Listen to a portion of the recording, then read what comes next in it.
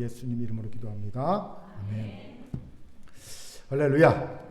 우리 옆분과 인사합시다. 하나님 우리 함께 하십니다. 시작. 하나님 우리 함께 하십니다. 자, 우리 눈을 맞추며 인사합니다. 당신의 얼굴을 보니 하나님의 얼굴을 보는 것 같습니다. 시작. 당신의 얼굴을 보니 하나님의 얼굴을 보는 것 같습니다. 다저를 주목해 주시기 바랍니다. 설교를 준비하다가 우연히 도덕적 기준이 너무 높아 힘들어하는 이들을 위한 성경 구절이라는 인터넷 글을 보게 되었습니다. 이 글에서 저자는 도덕적 기준에 대한 부담이 너무 클 때 하나님께서는 당신의 연약함을 아시고 당신을 도우십니다. 완벽하지 않더라도 하나님의 은혜와 자비를 의지하며 매일 그분의 도움을 구하는 삶이 중요합니다. 하나님께서 당신의 마음을 평안하게 하시고 당신의 삶 속에서 주님의 사랑과 인도를 경험할 수 있기를 기도합니다. 라며 몇 가지 성경 구절을 소개하더라는 거죠. 그중 두 가지 성경 구절만 소개합니다. 로마서 3장 23절, 24절과 고린도후서 12장 9절입니다. 먼저 로마서부터 읽겠습니다. 시작. 모든 사람이 죄를 범하였음에 하나님의 영광에 이르지 못하더니 그리스도 예수 안에 있는 속량으로 말미암아 하나님의 은혜로 값없이 의롭다 하심을 얻은 자 되었느니라. 아멘. 다시 읽습니다. 시작. 내 은혜가 내게 족하도다. 이는 내 능력이 약한 데서 온전하여 짐이라 신지라. 그러므로 도리어 크게 기뻐함으로 나의 여러 약한 것들에 대하여 자랑하리니 이는 그리스도의 능력이 내게 머물게 하려 함이라. 아멘. 혹시 우리 중에도 도덕적 기준이 너무 높아 신앙생활 하기가 힘든 분이 계십니까? 그렇다면 이 구절로 위로와 힘을 얻길 바랍니다. 그런데 제가 이 글에 주목한 이유가 있어요.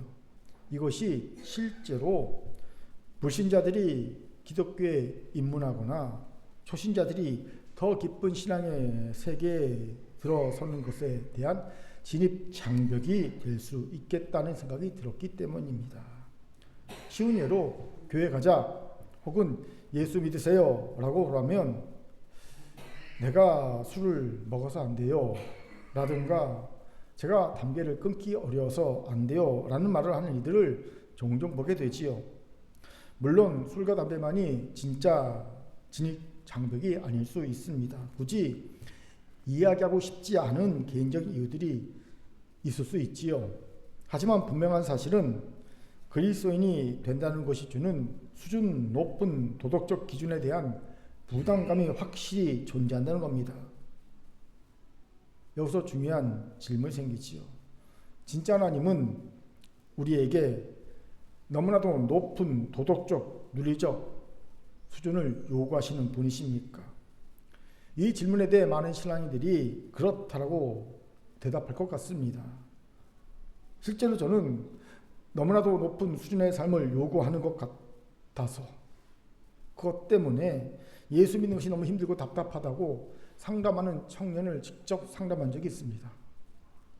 불신자에게는요, 우리는 그렇게 살지 못한다 하더라도, 실제 그리스도인의 삶은 그렇지 못한다 하더라도 그들이 보기에 교회에서 요구하는, 메시지를 통해서 요구하는 신앙인의 삶은 너무 수준이 높아 보이는 거예요. 답답하고요, 어려워 보이는 겁니다. 정직하게 고백하면 저도 예전에는 그런 생각을 했던 적이 있어요. 특히 저는 마태복음의 산상수훈을 읽으면서 너무나도 높게 요구되는 도덕적, 윤리적 수준에 나는 진짜 그리스도인은 될 수 없겠구나라는 생각이 들어 절망했던 적이 솔직히 있습니다. 아마 진지하게 마태복음의 산상수훈을 읽은 분들은 저와 비슷한 생각을 할 수밖에 없을 것 같습니다. 생각해 보세요. 어떻게 우리같이 평범한 이가 오른뺨을 치면 상대방의 이빨을 작살내기는커녕 내 왼뺨을 돌려댑니까? 또 나를 고발하여 내 속옷을 빼앗은 자에게 나도 맛고소해서 내 속옷을 지키고 오히려 상대방의 속옷을 빼앗기는커녕 내 겉옷을 내어줍니까? 또 억지로 오리를 가라 하면 너 나가라 오리, 그리고 맞대응해야 함에도 불구하고 그러기는커녕 심리를 가질 수 있겠습니까? 특히나 원수를 사랑하며 나를 박해하는 자를 위해 기도하라는 말씀은 저를 충분히 절망스럽게 했습니다. 그렇게 사실 산상수훈의 말씀은 지키면 너무 좋지만 저에겐 아직 다른에겐 요원한 말씀, 언젠가 제가 더 성숙하고 신앙이 좀 더 깊어지면 그때나 가능한 말씀으로 남겨뒀던 말씀이었지요. 지금은 아니야. 아직은 택도 없어. 나중에 남겨뒀었지요. 그런데 내겐 너무나도 높은 수준을 요구하는 말씀 중에서도 활용점정이 되는 말씀으로 도저히 내 생전에는 이룰 수 없는 것 같은 말씀을 각인된 말씀이 있어요. 나중에 언젠가는 이룰 수 있는 말씀이 아니라 아예 불가능, 내 생에는 도저히 이룰 수 없는 말씀으로 각인된 말씀이 있습니다. 그 말씀이 무엇일까요? 바로 오늘 본문의 말씀입니다. 우리 같이 마태복음 5장 48절 말씀을 다시 한번 읽어보죠. 같이 읽겠습니다. 시작. 그러므로 하늘에 계신 너희 아버지의 온전하신과 같이 너희도 온전하라. 생각해 보세요.